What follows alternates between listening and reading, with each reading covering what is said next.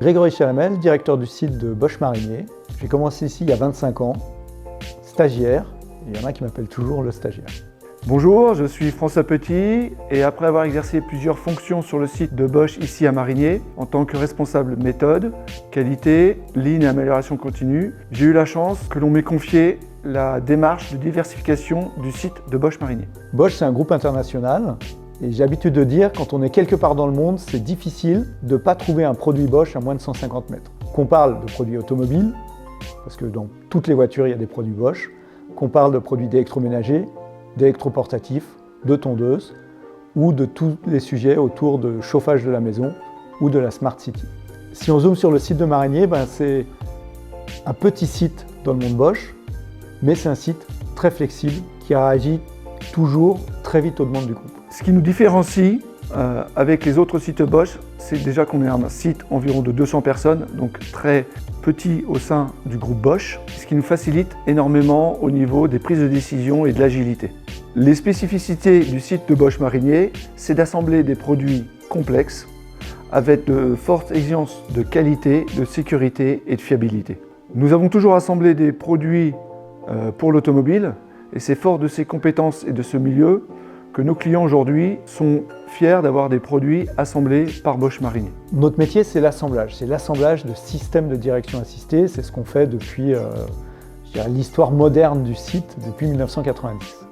Et puis il y a quelques années, on s'est dit, mais comment est-ce qu'on retrouve un peu plus de sens? Comment est-ce qu'on sort de ce 100% automobile? Comment est-ce qu'on se diversifie? Et c'est comme ça qu'on a lancé Absolu, qui est une offre de sous-traitance d'assemblage. Donc Bosch Marinier, on a un site qui est assez spécifique par sa taille. Donc on a vraiment un côté très familial, tout le monde se connaît, on a énormément d'ancienneté sur le site et du coup ça amène énormément d'expertise autour des métiers de la qualité, des métiers de l'assemblage, des métiers de l'industrialisation pour vraiment répondre au mieux aux besoins des clients. Aujourd'hui, il y a plusieurs startups qui nous ont confié l'assemblage de leurs produits, comme notamment la start-up Moonbax qui nous a confié l'assemblage de ses scooters de neige électriques, la start-up grenobloise Lancet Energy Storage qui nous a confié l'assemblage de ses radiateurs intelligents connectés, et plus récemment la start-up également du tissu grenoblois Kaylee Energy qui nous a confié l'assemblage de ses climatiseurs bas carbone. L'assemblage chez nous, c'est la fonction de rassembler différents composants et d'en faire un produit fini. Quand on parle d'assemblage à Marinier, on parle surtout d'assemblage et de contrôle. C'est-à-dire que toutes les opérations d'assemblage chez nous sont systématiquement contrôlées. L'objectif, c'est vraiment d'assurer la fiabilité du produit. Avant d'entrer dans la phase d'assemblage, l'assemblage vraiment en série, c'est important de passer par la phase d'industrialisation. Donc la phase d'industrialisation, c'est comment je passe mon produit, ma conception, donc j'ai produit une dizaine, une vingtaine de produits, et comment je fais évoluer ma conception pour être capable d'en assembler plusieurs milliers. Donc industrialiser, c'est pas juste de définir les bonnes machines, c'est aussi de définir le bon design pour un produit qui s'assemble au bon niveau de qualité, de coût et évidemment de délai. Donc si je développe un peu plus cette phase d'industrialisation, ça va être important de faire des phases de design to cost. Donc on va aller travailler sur le design du produit pour en baisser les coûts. Et ça, c'est souvent le travail du bureau d'études. Mais le travail de l'usine qui assemble, c'est aussi de faire du DFA, ce qu'on appelle, du Design for Assembly. Où là, on va analyser le produit pour se dire, ce produit-là, comment est-ce qu'il faut le faire évoluer? Comment est-ce qu'il faut le simplifier pour éviter des problèmes d'assemblage demain et pour que l'assemblage se fasse au mieux. Donc ça, c'est un point important. Il y a un autre point essentiel qui est l'analyse de risque qualité, où on va finalement regarder le produit et se dire, qu'est-ce qui peut se passer pendant l'assemblage de ce produit qui va générer un défaut de fonctionnement. Donc là, il y a des méthodes, il y a l'AMDEC, mais on a aussi des méthodes beaucoup plus simples qui vont permettre d'identifier tous ces risques. Et derrière, quand on va définir les moyens, définir les machines, d'intégrer directement ces risques-là dans la définition des machines, d'intégrer des capteurs, d'intégrer des mesures pour éviter des risques. Il y a des étapes très importantes avant de démarrer l'assemblage en série. Déjà, c'est de s'assurer qu'on a le bon design de son produit, qui va permettre de fabriquer au bon niveau de qualité, au bon niveau de coût. C'est d'avoir fait une bonne analyse de risque. L'analyse de risque, c'est d'analyser tout ce qui peut se passer pendant l'assemblage qui va générer un problème sur le produit. c'est d'avoir développé la bonne base fournisseur, les fournisseurs locaux, réactifs et pareil, au bon niveau de qualité. Et c'est d'avoir aussi défini les moyens d'assemblage qui vont permettre de suivre l'évolution potentielle du produit et suivre la montée en cadence du produit. À Bosch Marignier, notre savoir-faire, il va être sur des produits qui sont des produits innovants, qui auront beaucoup de valeur ajoutée, donc avec un temps d'assemblage assez important. C'est là-dessus vraiment qu'on va pouvoir concentrer notre savoir-faire pour finalement apporter le plus possible à notre client dans l'assemblage de son produit. Quand on a créé cette offre d'accompagnement des startups et donc cette pépinière, c'était pour répondre aux besoins des startups qui avaient des ambitions d'assembler en série, mais néanmoins commencer l'assemblage, commencer à industrialiser leurs produits et n'avaient pas notion des différentes difficultés qu'on pouvait rencontrer dès l'assemblage des premiers produits. Donc les accompagner, ça veut dire mettre à leur disposition déjà des surfaces de production, des surfaces logistiques, des experts de l'assemblage, et ces experts de l'assemblage vont aider la start-up à justement améliorer le produit pour faciliter l'assemblage, pour préparer la vie en série. L'objectif de tous ces échanges, c'est bien sûr d'avoir le meilleur produit avec la meilleure fiabilité, mais surtout au meilleur coût de revient. Nous, notre objectif, c'est d'aider les startups à assembler en série. On ne va pas s'initier dans la conception des produits, on va apporter des propositions d'amélioration, mais néanmoins, on va les conseiller de s'orienter vers des bureaux d'études partenaires, comme notamment Ayrton, pour confier la définition du produit. Alors si on regarde un petit peu dans le rétroviseur sur ces 2 dernières années d'Absolu, ce qui nous a globalement le plus impacté sont des problématiques liées aux fournisseurs, soit en termes de qualité, soit en termes de délai, ou des changements de design. Des changements de design du produit où là, le client nous dit finalement on revoit le design, on fait évoluer le design.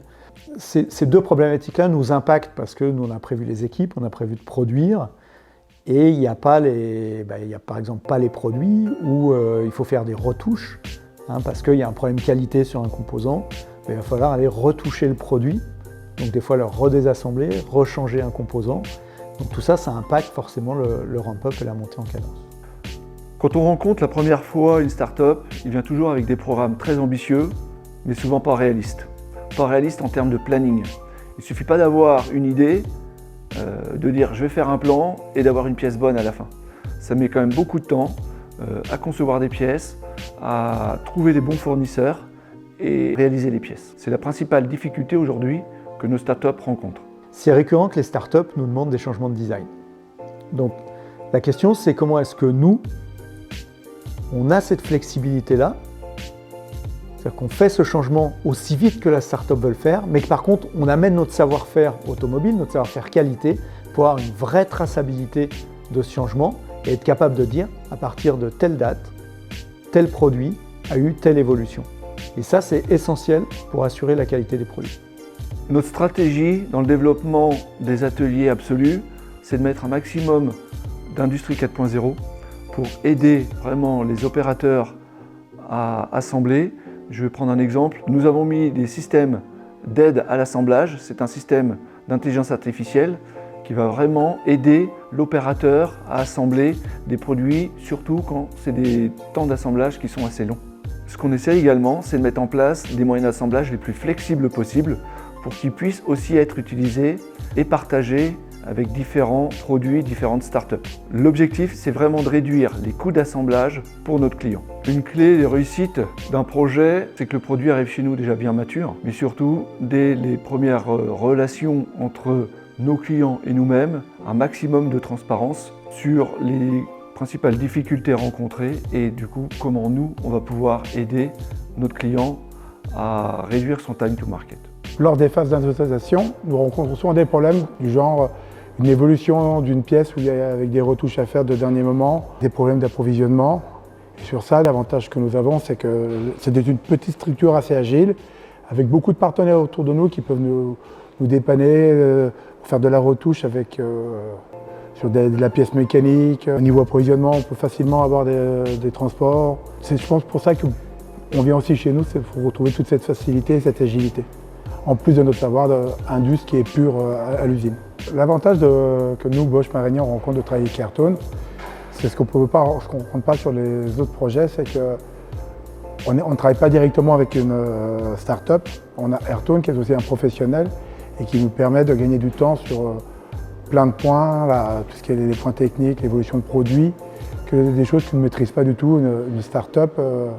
Et c'est l'avantage d'être Airtone, c'est que tous ces points-là peuvent être réglés par eux, ils ne sont pas à être réglés par nous, que c'est nous qui les réglons sur d'autres projets et qui nous fait perdre du temps où on pourrait apporter d'autres choses sur notre cœur de métier qui est l'industrialisation. Donc en conclusion, les quelques conseils que je pourrais apporter aux porteurs de projets, c'est notamment de bien savoir se faire entourer d'industriels qui ont eux l'expérience, qui ont vécu les différentes difficultés rencontrées dans le monde industriel. Comme notamment le respect des plannings avec l'approvisionnement des composants, la maîtrise de la qualité des composants avec les fournisseurs et également tout ce qui est lié à la logistique. C'est tous des paramètres qu'il faut prendre en compte dès le début des projets d'assemblage. Je dirais que j'en aurais deux de conseils. Le premier, c'est de réussir à s'entourer. Aujourd'hui, on ne peut plus, et encore plus quand on parle du Made in France, se dire on va faire son industrialisation tout seul dans son coin, on va développer son produit tout seul dans son coin. C'est important de s'entourer, on a un formidable écosystème en France, donc travailler avec les bons partenaires. Et le deuxième conseil, c'est de travailler avec Absolue.